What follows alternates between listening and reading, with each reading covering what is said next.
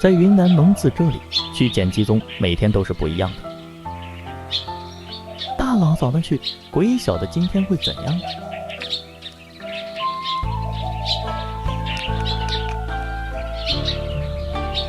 都一下午了，啥也不是。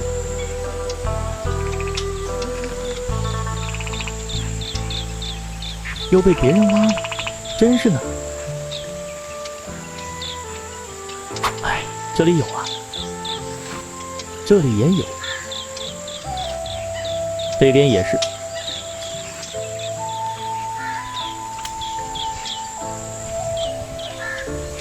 整理一下篮子，这个心情又好了呢。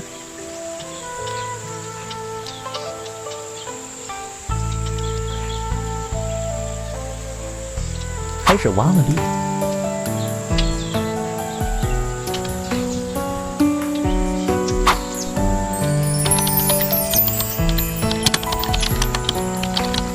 太阳要下山了，收拾回家了。